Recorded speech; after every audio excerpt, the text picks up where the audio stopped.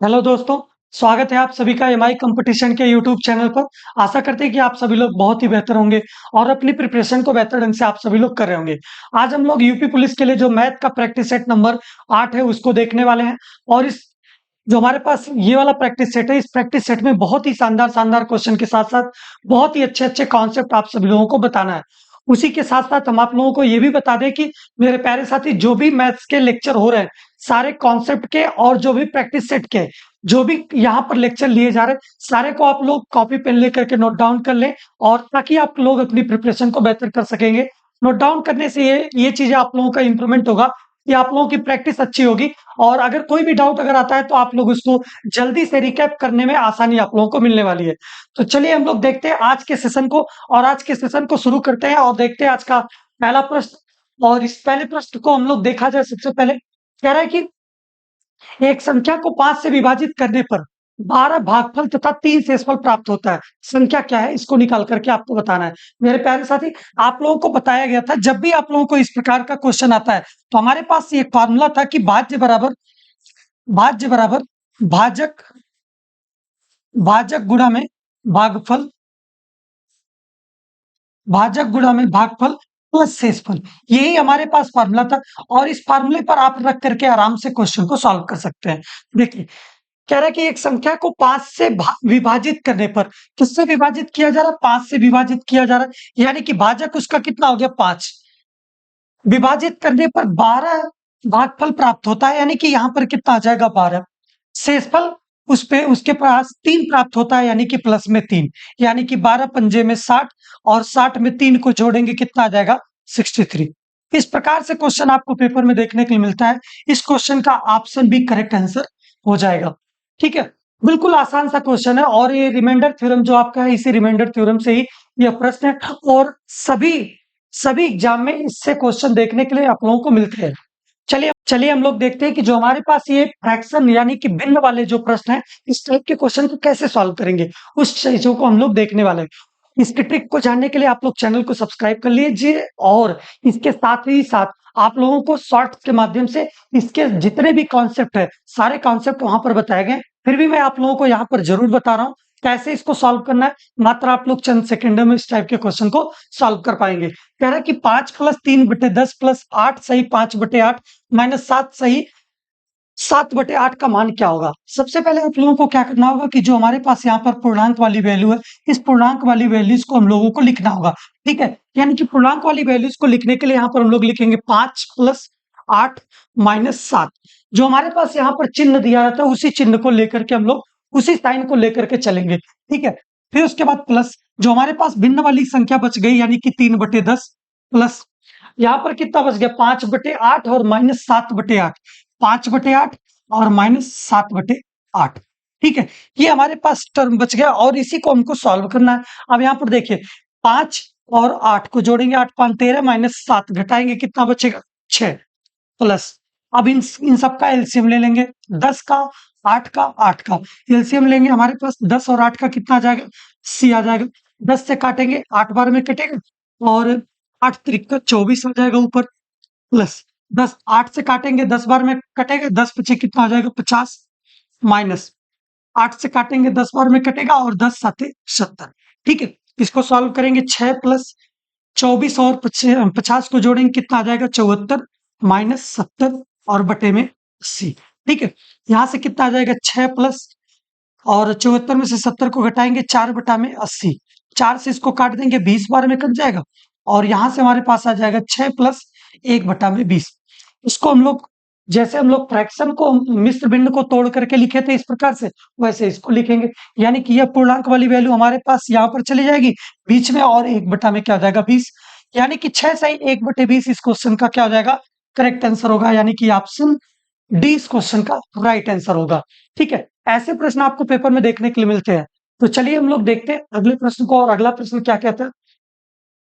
अगला प्रश्न है आपका, कह रहा है कि करड़ी में 8 + 2 करड़ी में 32 - 3 करड़ी में 128 प्लस 4 करड़ी में 50 का मान ज्ञात करके बताइए, यदि आपके पास करड़ी में 2 = 1.414 दिया है। मेरे प्यारे साथी, सबसे पहले इस क्वेश्चन को कैसे हम लोग सॉल्व करेंगे, इसको ध्यान से समझें।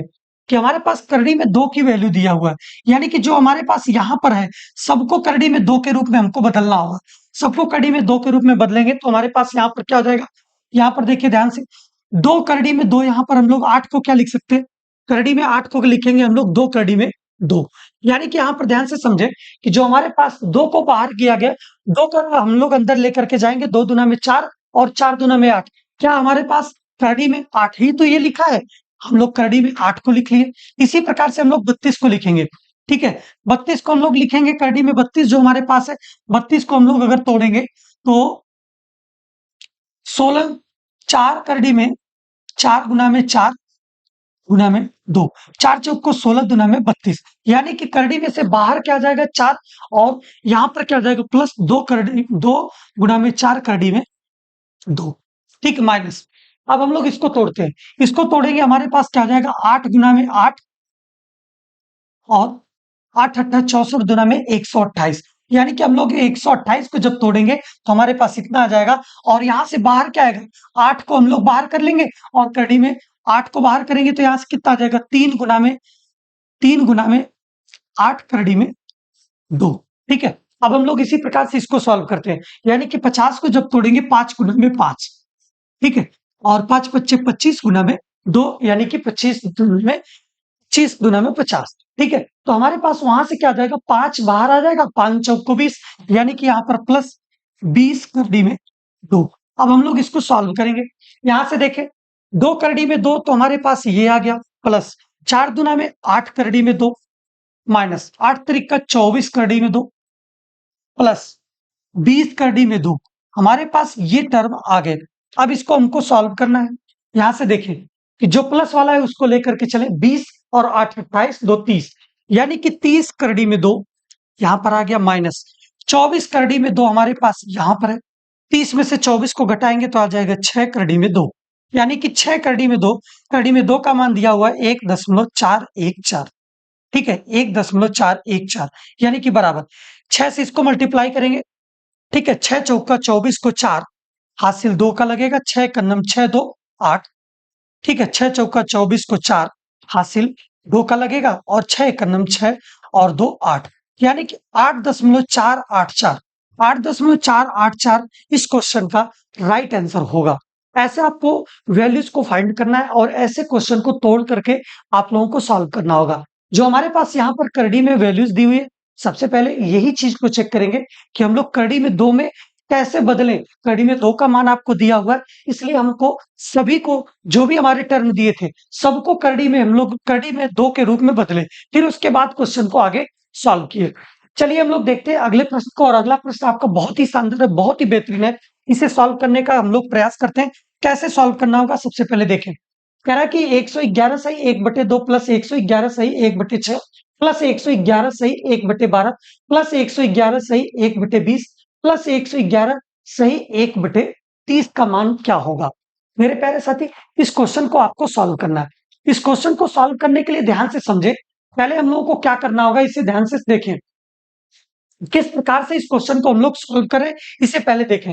हमारे पास यहाँ पर देखिए पूर्णांक वाला जो नंबर है, सब में से क्या है, सब में 111 है, सब में क्या है 111 है, ठीक है, सब में 111 है तो सबको हम लोग 111 लिख लेते हैं, यानी कि 111 प्लस 111 प्लस 111 प्लस 111 प्लस 111 सबको लिख लिया हमने। फिर उसके बाद क्या है 1/2 प्लस 1/6, 1/2 प्लस 1/6 प्लस यहां से कितना आ जाएगा 1/12 प्लस 1/20, 1/12 प्लस 1/20 प्लस 1/20 के बाद क्या आ जाएगा 1/30, ठीक है। ये तो हमारे पास चीजें निकल करके आ गई। जब ये चीजें निकल करके आ गई, अब इसे हम लोग कैसे सॉल्व करेंगे इसे ध्यान से देखें, ठीक है। अब हमारे पास यहाँ पर 111 कितनी बार है, 5 बार में, सबको जोड़ेंगे तो कितना आ जाएगा 555 आ गया, प्लस अब हम लोग क्या करेंगे 2 का 6 का 12 का और 20 का और 30 का सबका एलसीएम ले लेंगे। 2 6 12 20 30 का एलसीएम हमारे पास आ जाएगा 60, ठीक है। अब इसको सॉल्व करते हैं, देखते हैं 2 से अगर काटेंगे तो 30 बार में कटेगा, 30 का मल्टीप्लाई 1 में करेंगे 30 से 30 हो जाएगा, प्लस 6 से इसको काटेंगे 10 बार में कटेगा तो ऊपर 10 हो जाएगा, प्लस 12 पंजे में 60 12 12, यानी कि 5 यहाँ पर क्या हो जाएगा, ऊपर मल्टीप्लाई कर लेंगे, 12 से काटेंगे, 5 12 में कटेगा 60 और 5 का मल्टीप्लाई 1 में करेंगे तो 5 आ जाएगा।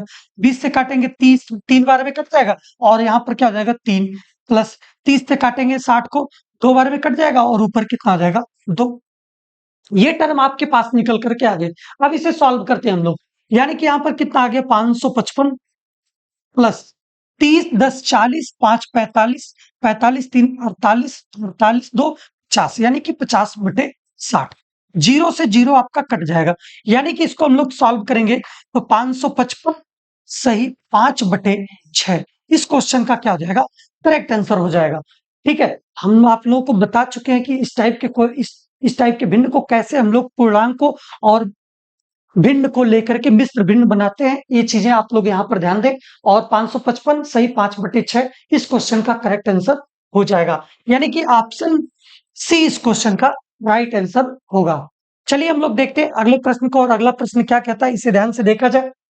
कह रहा है कि हमारे पास 2/3 और 4/5 तथा 6/7 का मस ज्ञात कीजिए। यह मस और एलसीएम और एचसीएफ के क्वेश्चन कैसे सॉल्व करना है, जो भिन्न वाले हैं, इन सारे कॉन्सेप्ट को समझते हैं। इन सारे कॉन्सेप्ट को समझते हैं, हमारे पास क्या बन रहा है, किस प्रकार के टर्म बन रहे हैं, इसे ध्यान से देखा जाए।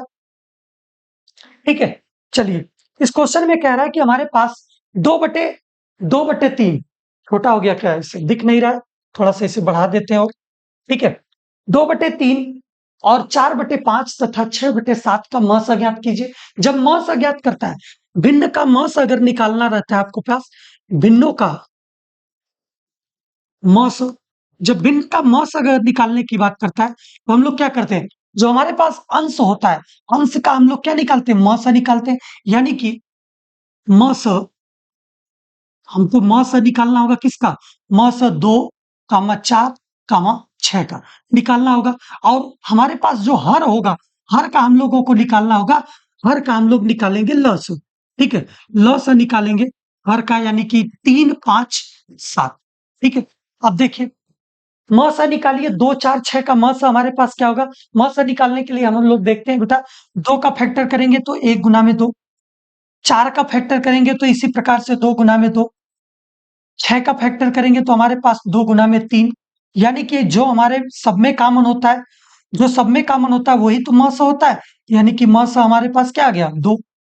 ल स की बात करते हैं तो यानी कि ल स के केस में हम लोग क्या करते हैं, जो सब में कॉमन होता है और जो कॉमन नहीं होता है, जो सब में कॉमन होता है उसको ले लेते हैं और जो कॉमन नहीं बचता है उसको भी लेकर के मल्टीप्लाई कर देते हैं, वही हमारे पास आंसर निकल जाता है।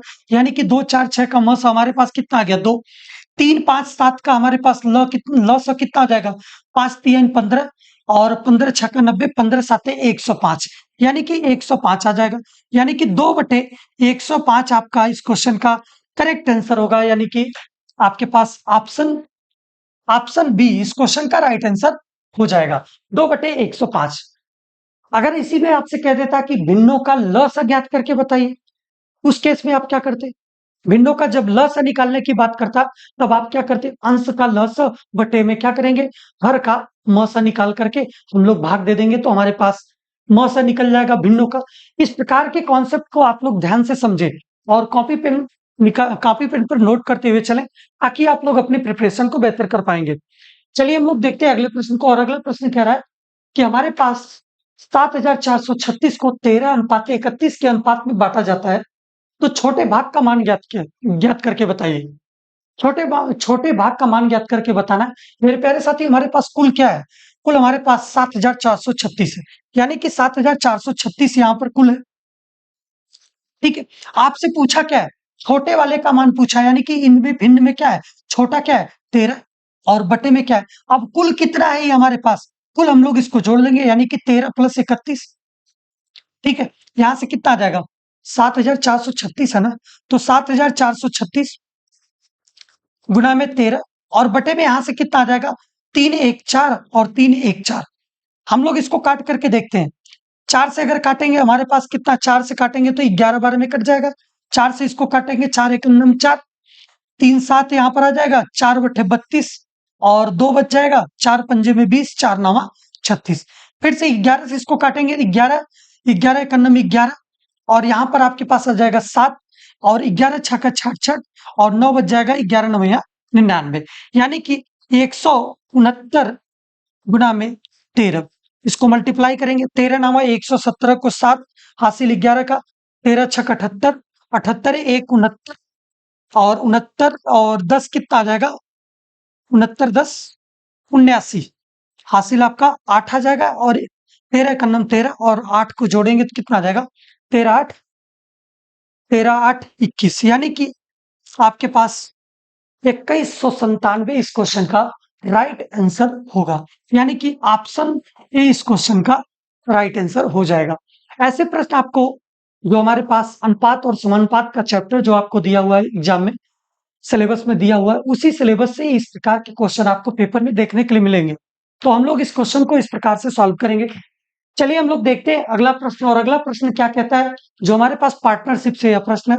पार्टनरशिप के प्रश्न को हम आप लोगों को बताए थे कि जो हमारे पास सबसे पहले कॉन्सेप्ट को ध्यान देना है कि जो हमारे पास होता है निवेश, यानी कि जितना रुपया वो लगाएगा, निवेश गुना में समय, जितने समय के लिए लगाएगा, दोनों का अगर हम लोग मल्टीप्लाई करेंगे तो हमारे पास आता है लाभ आता है, यानी कि निवेश गुना में समय करेंगे तो हमारे पास लाभ निकल करके आएगा। इसी प्रकार से इस क्वेश्चन को ध्यान से देखें। अब जो हमारे पास कह रहा है कि किसी व्यवसाय में ए और बी के निवेश का अनुपालन 14:15 का है, यानी कि जो हमारे पास ए है और क्या है, बी है, इनके निवेश की बात की जा रही है। निवेश इनका 14 और बटा में कितना है, 15 का है। ए का हमारे पास 14 यूनिट का है, बी का हमारे पास 15 यूनिट का है, और वर्ष के अंत में उनका लाभ हमको दिया हुआ है, लाभ का अनुपात दिया हुआ है, यानी कि लाभ हमारे पास 2:1 का दिया हुआ है, 1, और हमारे पास बी का दिया हुआ है 5 का। अब देखिए, ए ने 3 महीने के लिए राशि का निवेश करता है, यानी कि जो हमारे पास ए है, ये हमारे पास कितने महीने के लिए, 3 महीने के लिए निवेश करता है अपने पैसों को।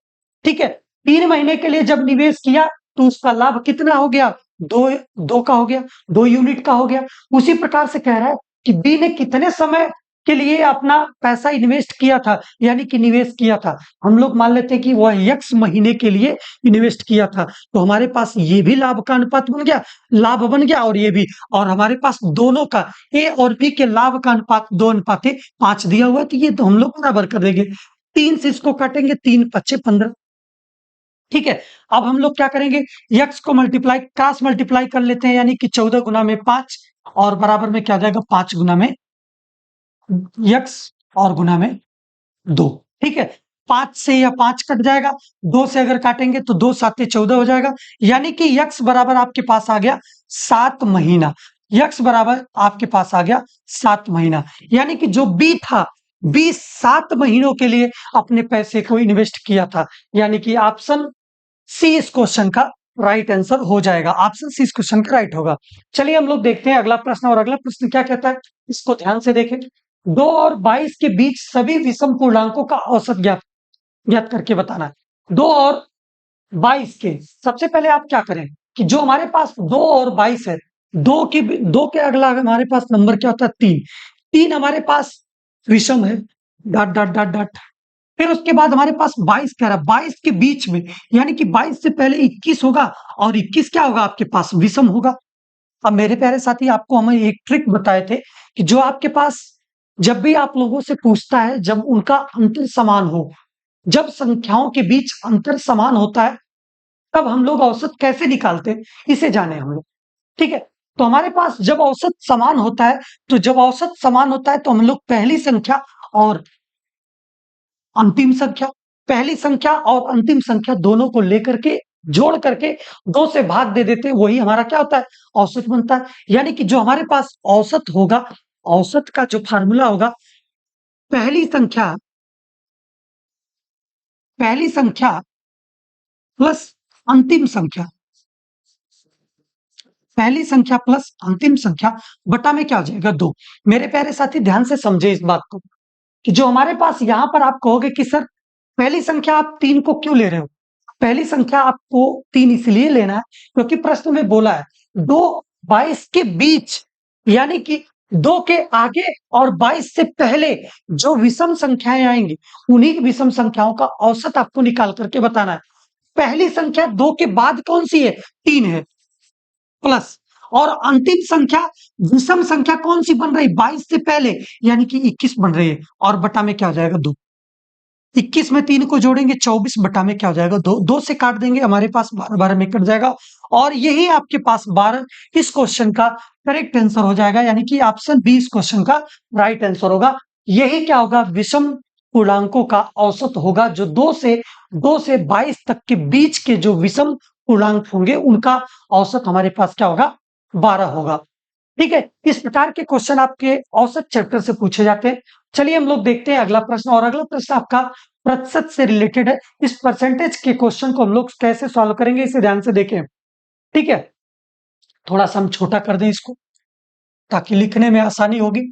चलिए हम लोग देखते हैं इस प्रश्न को, और ये प्रश्न आपका बहुत ही शानदार है। इस प्रकार के क्वेश्चन आपको एग्जाम में बार बार देखने के लिए मिलते हैं। कह रहा है कि यदि 400 का 30%, 400 का कह रहा है कि 30%, यानी कि हम लोग क्या करेंगे, 400 का को बदलेंगे गुना में 30%, यानी कि 30 बटा में क्या हो जाएगा 100। प्रतिशत को हम लोग बदलते हैं, प्रतिशत को किस में बदलते हैं, बटा में 100 कर देते हैं, यानी कि 1/100 से मल्टीप्लाई कर देते हैं संख्या में। का मतलब होता है गुणा, हम लोग गुणा में लिख दिए। प्लस 70 का x%, प्लस 70 का x%, का को बदलेंगे मल्टीप्लाई में x%, यानी कि बटा में क्या कर देंगे 100, बराबर 536 का बराबर 536 का 25%, का को बदलेंगे गुणा में 25%, यानी कि 25 बटा में 100। अब इसे हम लोग सॉल्व कर लेंगे तो हमारा x का मान यहां से आसानी से निकल जाएगा। चलिए, 1 0 से 1 0 कट गया, 2 0 से ये 2 0 कट गया, 4 3 12 यानी कि 120। ठीक है, प्लस इसको सॉल्व करेंगे, यहां से कितना आ जाएगा 0.7x हो जाएगा, बराबर 25 से काटेंगे 4 बार में कट जाएगा, 4 से इसको काटेंगे 4 1 9 4, 4 3 4 3 12 और 4 चौको 16। ठीक है, तो हमारे पास यहां से कितना आ गया 134 आ गया। अब हम लोग इसको घटा लेते हैं, यानी कि 0.7x बराबर 134 माइनस 120, x बराबर यहां से आ जाएगा, इसको घटाएंगे तो कितना आ जाएगा 134 में से 120 को घटाएंगे तो 14 आ जाएगा। ठीक है, और 14 बटा में कितना आ जाएगा 0.7। अब इसको हम लोग मल्टीप्लाई कर देते हैं 10 से, और इस पे भी मल्टीप्लाई कर देते हैं 10 से, तो यहां पर कितना आ जाएगा 140 बटा में कितना आ जाएगा 7। दशमलव को हटाने के लिए हम लोग 10 से मल्टीप्लाई किए थे, 7 से इसको काटेंगे, 7 दूना में 14, यानी कि 20। यानी कि इस क्वेश्चन का जो हमारे पास x का वैल्यू पूछा था, x का वैल्यू आपके पास आ जाएगा 20। इस प्रकार से इस क्वेश्चन का करेक्ट आंसर बाबू हो जाएगा ऑप्शन सी, राइट आंसर हो जाएगा। ऐसे प्रश्न आपको प्रतिशत चैप्टर से जो आपको देखने के लिए मिलते हैं। तो चलिए हम लोग देखते हैं अगला प्रश्न, और अगला प्रश्न आपको क्या कह रहा है, इसे ध्यान से देखें। कह रहा है कि यदि समान मूल्य वाली 63 वस्तुओं का क्रय मूल्य 1575 है और 99 वस्तुओं का विक्रय मूल्य 2227.5 है, तो प्राप्त लाभ या हानि ज्ञात करके बताइए। मेरे प्यारे साथी, हम लोग क्या कर रहे हैं कि हमारे पास जो 63 वस्तु है, इस 63 वस्तुओं का क्रय मूल्य आपको दिया हुआ है कितना, 63 वस्तुओं का क्रय मूल्य आपके पास दिया हुआ है 1575 रुपए। तो हम लोग क्या करते हैं कि एक वस्तुओं का क्रय मूल्य निकालते हैं, यानी कि सीपी बराबर क्या कर देंगे, सीपी बराबर 1575 बटा में 63 कर देंगे, और 63 से हम लोग काटेंगे तो हमारे पास 25 रुपए आ जाएगा, और 25 रुपए यही क्या हो जाएगा आपका सीपी हो जाएगा। यानी कि जो हमारे पास एक वस्तु का जो हम लोग मूल्य निकाल लेंगे तो वही हमारे पास क्रय मूल्य निकल गया। अब इसके बाद हम लोग क्या करते हैं कि जो 99 वस्तुओं का विक्रय मूल्य दिया हुआ है, इस 99 वस्तुओं के विक्रय मूल्य को हम लोग क्या करेंगे 99 से भाग दे देंगे, तो हमारे पास 22.5 बार में कट जाएगा, और यही आपके पास क्या बन जाएगा एसपी बन जाएगा। अब इस चीज को ध्यान से समझें कि जो हमारे पास एसपी और सीपी बना हुआ है, एसपी और सीपी जो बना हुआ है, इसको हम लोग देखते हैं कि हमारे पास एसपी क्या है, छोटा है हमारे सीपी से। जब एसपी हमारा छोटा है सीपी से, तो हमारे पास क्या जाएगा लॉस आएगा, यानी कि हम लोग क्या करेंगे इसमें से सीपी माइनस, ठीक है, सीपी माइनस एसपी, और बटा में क्या कर देंगे हमारे पास आ जाएगा सीपी गुना में 100। इसको सॉल्व करेंगे, सीपी हमारे पास कितना 25, 25 माइनस 22.5 और बटा में कितना आ जाएगा, 25 आ जाएगा, और गुना में 100। ठीक है, ये हमारे पास चीजें वैल्यूज आ जाएंगी। ठीक है, यहां से हम लोग क्या करेंगे, लॉस परसेंट को आराम से निकाल लेंगे। ठीक है, यहां से लॉस परसेंट जो आएगा हमारे पास आराम से निकल जाएगा, इसे कैलकुलेट कर लेते हैं। 25 से इसको काटेंगे, 25 चौको 100 बराबर। यहां से हम लोग इसको सॉल्व करेंगे, 25 में से 22.5 को सब्ट्रैक्ट करेंगे तो कितना आ जाएगा, यहां से कितना आ जाएगा बताइए, 2.25 आएगा, 2.25 आ जाएगा, और गुना में कितना है 4, 4 से मल्टीप्लाई कर देंगे, यही तो आएगा हमारे पास भाई। इसमें से हम लोग 25 में से 22.5 को घटाएंगे तो हमारे पास 2.25 आ जाएगा। जब 2.25 आ गया तो हम लोग 4 से मल्टीप्लाई कर लेंगे, तो 4 से मल्टीप्लाई करेंगे कितना आ जाएगा, 4 पंजे 20 को 0, हासिल 2 का 4 दूना में 8, 2 10, 0, हासिल 1 का 4 दूना में 8, और कितना आ जाएगा, यहां से गलत हो रहा है कुछ क्या, यहाँ पर कुछ गलती हुआ है क्या, अच्छा अच्छा सॉरी, यहाँ पर देख लें टाइम। ठीक है,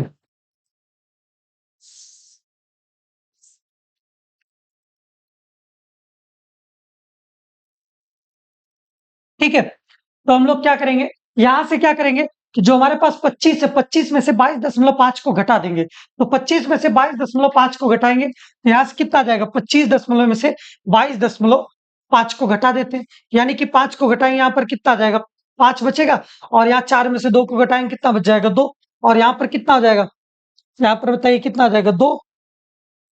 ठीक है, 2 में से 2 घटाएंगे 0, यानी कि 2 दशमलव क्या हो जाएगा, 5 हो जाएगा। ठीक है, अब जब 2.5 हो गया, यानी कि हमारे पास 2.5 यहां पर आ गया, 2.5 और गुना में कितना है 4, यानी कि 25 चौको 100, यानी कि आपके पास इतना आ जाएगा, और एक डिजिट के बाद डेसिमल लगा देंगे, यानी कि 10%, 10% इस क्वेश्चन का क्या हो जाएगा, करेक्ट आंसर हो जाएगा, यानी कि ऑप्शन ऑप्शन सी इस क्वेश्चन का राइट आंसर हो जाएगा। ठीक है मेरे प्यारे साथी, इस प्रकार से आपको इस टाइप के क्वेश्चन को सॉल्व करना होगा। ठीक है, चलिए हम लोग देखते हैं अगले प्रश्न को, और अगला प्रश्न क्या कहता है, यदि कोई धनराशि साधारण ब्याज पर 3 वर्षों में 2 गुना हो जाती है। मेरे प्यारे साथी यहाँ पर ध्यान दें कि जो हमारे पास पी है, पी से कहा कितनी हो जा रही है, 2p हो जा रही है, यानी कि इसमें से अगर हम लोग घटा देंगे तो एसपी कितना आ जाएगा, 2p में से 1p घटाएंगे तो हमारे पास p आ जाएगा, प्रिंसिपल यानी कि साधारण ब्याज कितना आ गया, 1 वर्ष के लिए p आ गया। अब हमसे पूछा क्या है कि ब्याज की वार्षिक दर ज्ञात कीजिए, यानी कि एसआई बराबर आपके पास होता है कितना, पीआरटी अपान में 100।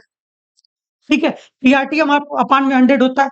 ठीक, तो यानी कि एसआई आपके पास कितना आ गया, पी, और बराबर में क्या आ गया, पी, रेट आपको निकाल करके बताना है, समय आपके पास है 3 और बटा में 100, पी से यह पी कट जाएगा, 100 बटा में 3, यानी कि यही आपके पास रेट आ जाएगा, और आर बराबर आपके पास आ जाएगा 33.1/3%, यानी कि जो रेट होगा आपके पास 33.1/3% होगा, यानी कि ऑप्शन सी इस क्वेश्चन का राइट आंसर होगा। इस प्रकार से क्वेश्चन आपको सिंपल इंटरेस्ट चैप्टर से देखने के लिए मिलते हैं। चलिए हम लोग देखते हैं अगला प्रश्न, और अगला प्रश्न बहुत ही शानदार है। इस प्रकार का क्वेश्चन तो बहुत ही अच्छे लेवल का क्वेश्चन है, इसे ध्यान से समझें कि किस प्रकार से सॉल्व करना है। कह रहा है कि एक व्यक्ति 8 किलोमीटर प्रति घंटा की चाल से चलता है, प्रत्येक किलोमीटर के बाद 4 मिनट वह आराम करता है, यानी कि बाबू वो 1 किलोमीटर चल रहा है, और 1 किलोमीटर चलने के बाद वो 4 मिनट तक बैठ के आराम कर रहा है। जब 4 मिनट बैठ के आराम कर रहा है तो वो भी तो उसके पास 1 किलोमीटर चलने में ही काउंट होगा, यानी कि 1 किलोमीटर जाने में उसको कितना समय निकलना है, उसी को हम लोग अगर निकाल लें तो हम लोग 6 में ले जाकर के 6 किलोमीटर चला करके बता देंगे कि कितना समय लगने वाला है। मेरे प्यारे साथी इसको ध्यान से समझे कि 1 किलोमीटर चलने में लगा समय अगर निकालते हैं, 1 किलोमीटर चलने में लगा समय, 1 किलोमीटर चलने में लगा समय कितना हो जाएगा, चाल बराबर आपके पास होता है क्या मेरे प्यारे साथी, चाल बराबर होता है दूरी बटा में समय, यानी कि दूरी बटा में समय, यानी कि अगर आपसे पूछेगा समय बराबर में क्या आ जाएगा, तो दूरी बटा में चाल, यानी कि 1 किलोमीटर चलने की बात हो रही है तो 1 किलोमीटर बटा में चाल उसकी कितनी है, 8 किलोमीटर प्रति घंटा है, यानी कि 8 किलोमीटर पर आवर है और वह कितना आराम कर रहा है, आराम को भी उसी में जोड़ दिया जाए, यानी कि 4 मिनट तक वह आराम कर रहा है। 4 मिनट वह आराम कर रहा है। जब 4 मिनट वह आराम किया तो देखो किलोमीटर से किलोमीटर कट गया, किलोमीटर से किलोमीटर कट गया। अब यहाँ पर कितना बचा, 1/8 आवर बच गया, प्लस 4 मिनट आपके पास यहाँ पर बचा हुआ है, यानी कि इसको भी मिनट में बदल देंगे तो यानी कि 60 से मल्टीप्लाई कर देंगे घंटा में, तो यह क्या हो जाएगा, मिनट में बदल जाएगा। यानी कि यहाँ पर इतना आ गया और 4 मिनट आ गया, ये भी मिनट हो गया और ये भी मिनट हो गया। यानी कि इसको डिवाइड करेंगे, 8 से डिवाइड करेंगे, 8 सत्ते 56, 8 सत्ते 56 और 4 बचेगा, यानी कि दशमलव लगा करके 8 पंजे में 40, 7 4 11, यानी कि 11.5 मिनट में, 11.5 मिनट में वह कितना चलेगा, 1 किलोमीटर चलने में लगा समय है। 1 किलोमीटर चलने में लगा समय उसके पास कितना है, 11.5 मिनट है। इसी प्रकार से हमको चलना कितना है, 6 किलोमीटर की दूरी चलना है, यानी कि 6 किलोमीटर की दूरी चलने में लगा समय। ठीक है, 6 किलोमीटर की दूरी चलने में लगा समय कितना आ जाएगा आपके पास यहाँ पर। देखिए, हम लोग सबसे पहले क्या करते हैं, इसे ध्यान से समझें कि जो हमारे पास 11.5 किलोमीटर, सॉरी 11.5 मिनट का जो समय लग रहा था 1 किलोमीटर चलने में लग रहा था, उसी प्रकार से हम लोग क्या करते हैं कि 6 किलोमीटर चलना है तो हम लोग उसको मल्टीप्लाई कर देंगे, यानी कि 6 पंजा में 30, शून्य हासिल 3 का लगेगा, 6 कन्नम 6 3 9 और 6 कन्नम 6, यानी कि 69.0 मिनट का समय आपके पास लगने वाला है, जो कि आप 6 किलोमीटर की दूरी को तय करेंगे, यानी कि ऑप्शन बी इस क्वेश्चन का राइट आंसर हो जाएगा। इस प्रकार का क्वेश्चन आपको पेपर में देखने के लिए मिलते हैं। चलिए हम लोग देखते हैं और अगला प्रश्न कैसा है, इस चीज को सॉल्व करते हैं। कह रहा है कि एबीसी की दक्षताओं का अनुपात दिया हुआ है 7:5:8 दिया है। एक साथ मिलकर के वो 42 दिनों में किसी कार्य को कंप्लीट करते हैं। बी और सी 21 दिनों तक एक साथ काम करते हैं। शेष कार्य ए ने अकेले पूरा किया, शेष कार्य ए ने अकेले पूरा किया। काम को पूरा करने में कितना समय लगा, इसे आपको निकाल करके बताना है। तो मेरे प्यारे साथी इसे ध्यान से समझे, ठीक है, इस क्वेश्चन को ध्यान से समझते हैं, हम लोग कैसे सॉल्व करेंगे इसे देखते हैं। चलिए, कह रहा है कि एबीसी की दक्षताओं का अनुपात 7:5:8 दिया हुआ है, यानी कि 7:5:8 दिया हुआ है एबीसी की दक्षताओं का अनुपात। ठीक है, अब कह रहा है कि एक साथ मिल करके वह 42 दिनों में काम को पूरा करते हैं, तो यानी कि टोटल कार्य जब हम लोग निकालेंगे, टोटल वर्क निकालने के लिए, यानी कि कुल कार्य जो होगा, कुल कार्य को हम लोग जब निकालेंगे तो हमारे पास जितने दिनों तक उन्होंने काम किया है सबने मिल करके उसको, और हमारे पास जो ये दक्षता है यानी कि एबीसी की 7+5+8 सबको जोड़ करके हम लोग कुल दिनों में मल्टीप्लाई कर देंगे तो हमारे पास यह क्या होगा, कुल कार्य आराम से निकल जाएगा। यानी कि 42 गुना में कितना आ जाएगा, 8×5 = 13, 13×7 कितना आ जाएगा, 20, यानी कि 42 गुना में 84, यानी कि 840 यूनिट का कुल कार्य होगा। कुल कार्य उसका कितना निकल गया, 840 यूनिट का। आपसे कह रहा है कि बीसी ने 21 दिनों तक एक साथ काम किया। बीसी, बी व सी द्वारा 21 दिनों में किया गया कार्य 21 गुना में कितना आ जाएगा, बीसी की दक्षता का अनुपात कितना है, 5 और 8 का है, तो 8×5 कितना हो जाएगा, 8 में 5 जोड़ेंगे 13 हो जाएगा, यानी कि यहां से कितना आ जाएगा, चलिए यहां से 13 आ जाएगा। ठीक है, तो इसको मल्टीप्लाई करेंगे, 13 एक कन्नम 13 को 3 हासिल आपका 1 लगेगा, 13 दूना में 26 और एक कितना आ जाएगा 27, यानी कि 273 यूनिट का कार्य खत्म हो चुका है और शेष कार्य ए द्वारा करने में लगा समय, यानी कि शेष कार्य अब हम लोग निकालते हैं, यानी कि जो 21 दिनों तक 20 सॉरी बी और सी थे। बी 8 यूनिट का कार्य करता था, सी 5 यूनिट का कार्य करता था, यानी कि उनकी दक्षता कितनी थी? 5 और 8 थी, यानी कि 8 5 13। हम लोग 21 में मल्टीप्लाई कर दिए तो यहाँ से कितना आ जाएगा? 13 एक अन्नम 13, हासिल एक 13 दूना 26, यानी कि 27 हो जाएगा। यानी कि 273 यूनिट बी और सी मिलकर के 21 दिनों में खत्म कर चुके हैं। तो शेष कार्य कितना है? हमारे पास टोटल वर्क 840 था, यानी कि 840 माइनस 273 और बटा में कितना आ जाएगा? बटा में हमारे पास क्या आ जाएगा? ए के द्वारा अकेले पूरा कार्य को करना है, यानी कि ए की इफिशियंसी हमारे पास कितनी है? 7 यूनिट का है, यानी कि 7 से हम लोग क्या कर देंगे? भाग दे देंगे, हमारे पास बचा हुआ कार्य की करने वाला समय निकल जाएगा। ठीक है, यानी कि यहां से 10 में से 3 को घटाएंगे 7 हो जाएगा, और यहाँ पर 3 यानी कि 13 में से हम लोग 7 को घटाएंगे तो 6 आ जाएगा, और यहाँ पर कितना बचा है? 7 में से 2 को घटाएंगे 5 बच जाएगा, और 7 से डिवाइड कर देंगे तो 7 से डिवाइड करेंगे 7 बट्ठे 56 हो जाएगा। ठीक है, 7 बट्ठे 56 और 7 एकन्नम 7, यानी कि हमारे पास 81 दिन लगेंगे। 81 दिन लगेंगे जो हमारे पास शेष कार्य था। ठीक है, 81 दिन लगे हैं जो कि हमारे पास शेष कार्य को कंप्लीट किया गया। और आपसे प्रश्न में पूछा गया है कि कुल कितना समय लगेगा, यानी कि काम को पूरा होने में कुल कितना समय लगेगा, इसको निकाल करके बताना है। यानी कि पूरा काम समाप्त होने में लगा समय। ठीक है, लगा समय, यानी कि पूरा कार्य को समाप्त होने में कितना समय लगा, इसको ध्यान से देखें। ठीक है, यहां से देखिए, हमारे तो 21 दिनों तक बी और सी भाई दोनों लोगों ने किया था, और हमारे पास ए कितने दिनों तक कार्य किया था? 81 दिनों तक किया था, यानी कि 1 1 2 और 8 2 10, यानी कि 0, यानी कि 102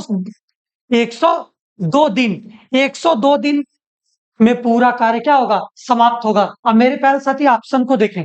ऑप्शन दिया हुआ है 46 दिया हुआ है, 93 दिया हुआ है, 99 दिया हुआ है, 103 दिन दिया हुआ है, यानी कि यहाँ पर आपका इसमें कोई भी ऑप्शन सही नहीं है। यानी कि यहाँ पर कितना होना चाहिए? 102 दिन होना चाहिए, यानी कि 102 दिन इस क्वेश्चन का क्या हो जाएगा? करेक्ट आंसर हो जाएगा, यानी कि ऑप्शन डी इस क्वेश्चन का राइट आंसर होगा।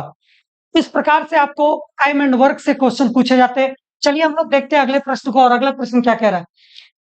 किसी आयताकार हाल की लंबाई उसकी चौड़ाई से 5 सेंटीमीटर अधिक है। हाल का क्षेत्रफल 750 मीटर स्क्वायर दिया हुआ है, तो हाल की लंबाई ज्ञात कीजिए। मेरे प्यारे साथी, हम लोग मान लेते हैं, माना कि उसकी चौड़ाई जो है, चौड़ाई उसकी कितनी है? हाल की लंबाई उसकी चौड़ाई से 5 सेंटीमीटर अधिक है, यानी कि हाल की चौड़ाई हम लोग मान लेते हैं कि वह कितनी है? x मीटर है, यानी कि हाल की चौड़ाई पता चल गया x मीटर। अब हमको क्या निकालना है? उसकी लंबाई को निकालना है आपके पास, यानी कि हमारे पास जो लंबाई होती है, लंबाई कह रहा है प्रश्न में कि 5 अधिक है उसकी चौड़ाई से, यानी कि x प्लस 5 मीटर। यानी कि अब आपसे आयताकार जो हमारे पास मैदान है उसका क्षेत्रफल क्या होगा? लंबाई गुणे चौड़ाई, यानी कि x गुना में x प्लस 5, और यही आपके पास आयताकार मैदान के क्षेत्रफल कितना दिया हुआ है? 750 मीटर दिया हुआ है, यानी कि 750 मीटर आपके पास यहां पर हो जाएगा। ठीक है, यानी कि 750 मीटर यहां से होगा। जब 750 मीटर यहां पर होगा, यानी कि हम लोग क्या करते हैं? x गुना में x प्लस 5, x गुना में x प्लस 5 बराबर में कितना आ जाएगा? इसको हम लोग तोड़ लेते हैं, तोड़ करके देखते हैं। 25 गुना में 30, ठीक है, 25 गुना में 30 ले लेते हैं, 25 तिया में 75, और यही आपके पास 750 आ जा रहा। मेरे प्यारे साथी, अब हम लोग कंपेयर करके देखते हैं, यानी कंपेयर करते हैं। हमारे पास x बराबर अगर 25 है तो हमारे पास x प्लस 5 कितना हो जाएगा? 30 हो रहा है, तो हम लोगों को मल्टीप्लाई करके गुणनखंड निकालने की जरूरत नहीं है। बस हम लोग इसी प्रकार के मेथड को अप्लाई करेंगे, आराम से क्वेश्चन सॉल्व कर लेंगे। देखिए, अगर हम लोग x को अगर 25 मानते हैं तो हमारे पास x प्लस 5, यानी कि 25 प्लस 5 कितना आ जाएगा? 30, और x प्लस 5 ही आपके पास क्या था? x प्लस 5 आपके पास था जो लंबाई था, यानी कि x प्लस 5 आपके पास कितना हो जाएगा? 30 हो जाएगा, यानी कि x प्लस 5 बराबर 30, यानी कि जो लंबाई हो जाएगी 30 मीटर हो जाएगी। यही आपके पास पूछा था, और इस क्वेश्चन का करेक्ट आंसर क्या हो जाएगा? ऑप्शन डी हो जाएगा। ऐसे प्रश्न आपको पेपर में देखने के लिए मिलते हैं। तो चलिए हम लोग देखते हैं अगला प्रश्न को। अगला प्रश्न क्या कहता है, इसको ध्यान से देखें। किसी घनाभ के 3 संलग्न पृष्ठों का क्षेत्रफल 12 सेंटीमीटर स्क्वायर है। घनाभ का आयतन ज्ञात करके बताइए।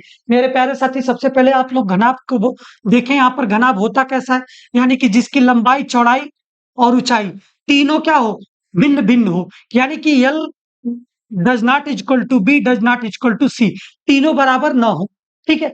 अब आपसे कह रहा है कि पृष्ठों का क्षेत्रफल 12 मीटर स्क्वायर है, 12 सेंटीमीटर स्क्वायर है। यानी कि जो उसकी लंबाई और चौड़ाई का क्षेत्रफल, और चौड़ाई और ऊंचाई का क्षेत्रफल, और ऊंचाई और लंबाई का क्षेत्रफल, जो ये बराबर कितना दिया हुआ, 12 मीटर स्क्वायर दिया हुआ है।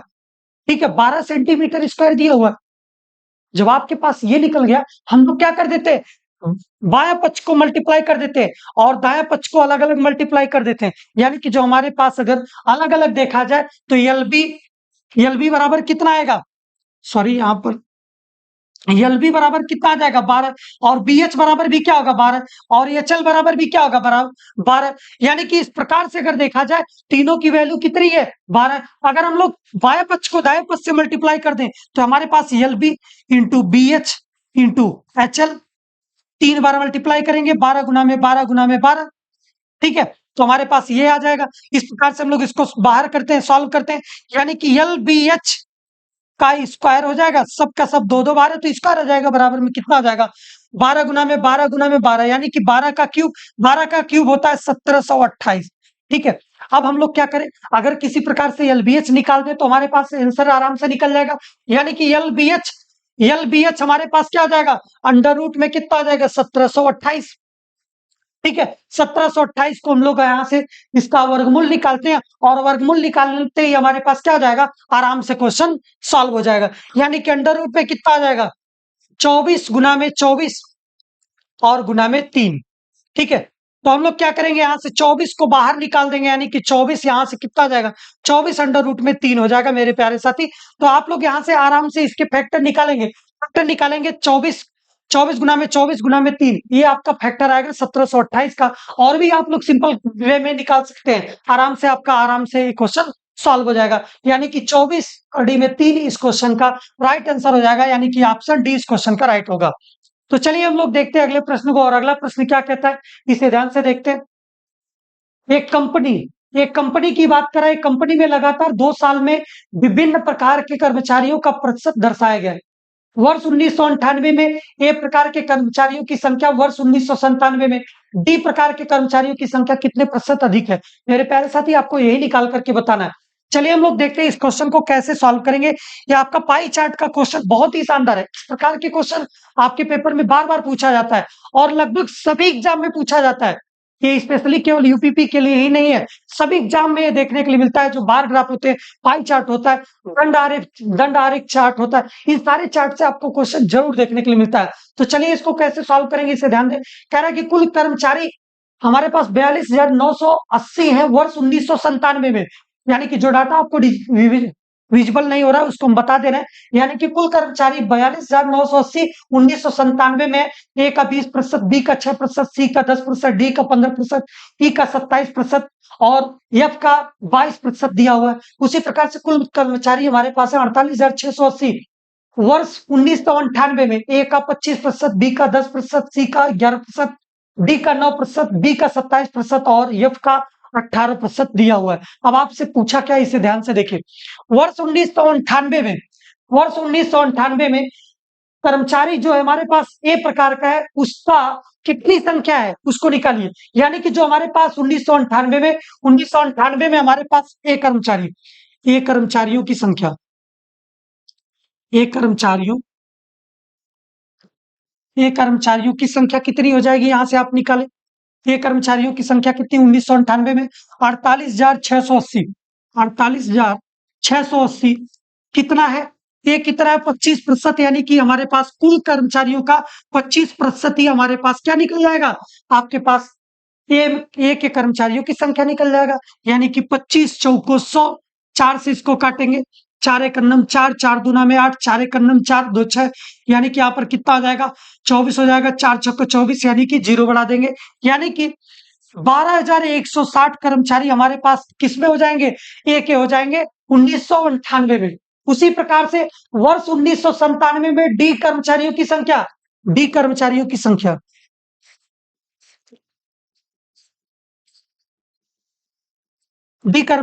संख्या 1997 में, ठीक है, 1997 में, यानी कि 42,980। और अब देखिए इसमें हमारे पास डी कितना है, 15% है, यानी कि गुना में 15/100। ठीक है, एक जीरो से एक जीरो कट गया, 5 दूना में 10 और 5 तिहाई में 15, 2 से इसको काट देंगे, 2 दूना में 4, 2 एक कन्नम 2, 2 चौको 8, दूना में 18, यानी कि हमारे पास कितना आ गया, 21,400, सॉरी 2,149 गुना में कितना आ जाएगा, 3। इसको मल्टीप्लाई करेंगे, 9 तरीक 27 को 7 हासिल, 2 का 4 तिहाई 12 और 12, 12 दो 14 को 4 हासिल, 1 का 3 एक कन्नम 3, 1 4 और 3 दुना में 6, यानी कि हमारे पास कितना आ गया, 6,447 डी कर्मचारी हो जाएंगे, जो कि वर्ष 1997 में होंगे। तो आपसे पूछा कि डी कर्मचारी की संख्या से कितना प्रतिशत अधिक है, आपको ये निकाल करके बताना है कि कितना प्रतिशत कितना अधिक है। आप बताइए कि कैसे निकलेगा। ठीक है, यहां पर आ जाएगा 12, ठीक तो है, सारा डाटा कंफर्म है। और यहाँ पर 3 से 4, 1 जीरो से 15% था ना, ये छोटा है क्या, 42,000 तो कितना आ रहा है ये, ठीक है कोई बात नहीं, सही है।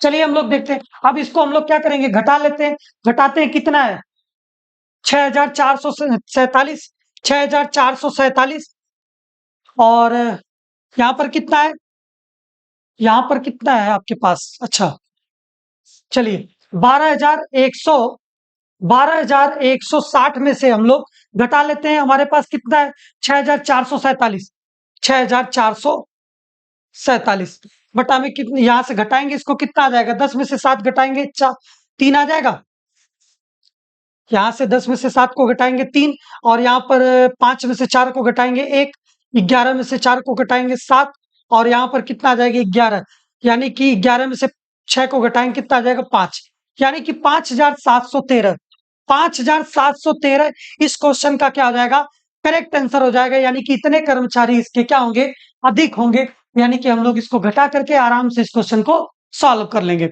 चलिए हम लोग देखते हैं अगला प्रश्न, और अगला प्रश्न आज का अंतिम प्रश्न है, और इसको ध्यान से देखें।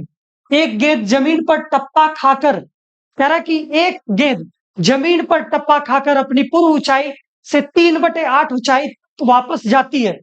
यदि इस गेंद को 1,024 मीटर ऊंचाई से फेंका जाए तो तीसरे टप्पे के बाद कितनी ऊंचाई तक जाएगी, इसे आप लोगों को निकाल करके बताना है। यानी कि एक बार फेंकने पर गेंद द्वारा पूर्व ऊंचाई तक पूर्व ऊंचाई पूर्व 3/8 ऊंचाई तक पहुंच रहा है।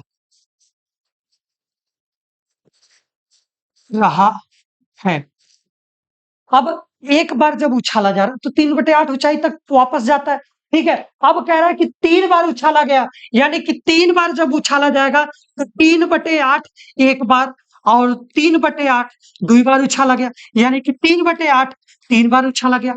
ये तो हमारे पास इतना बार उछाला गया और इतने मीटर तक पहुंचने के चांसेज होंगे, और किसका पहुंचने का चांस होगा, 1,024 के, यानी कि 1,024 को हम लोग मल्टीप्लाई कर देंगे, यानी कि यही इसमें हम लोग जब मल्टीप्लाई करेंगे, इसे सॉल्व करेंगे, तो इतनी ऊंचाई तक तीसरे टप्पे के बाद इतनी ऊंचाई तक वो पहुंच जाएगा हमारा बॉल। यानी कि इसको सॉल्व करें हम लोग, देखें 8 से इसको काटेंगे, 8 एक नम 8, 8 दूना में 16, ठीक है, 8 दूना में 16 और 16 6 22, यानी कि 64 हो जाएगा, यानी कि 8 अट्ठा 64, 8 से इसको काटेंगे, 8 एक नम 8, 8 एक नम 8 हो जाएगा, और 4 8 छक 48, फिर से 8 से काटेंगे, 8 दूना में कितना आ जाएगा 16, यानी कि 2 गुना में 3 गुना में 3 गुना में 3, यानी कि 3 त्रिक का 9, 9 त्रिक 27, 27 दूना में 54, यानी कि 54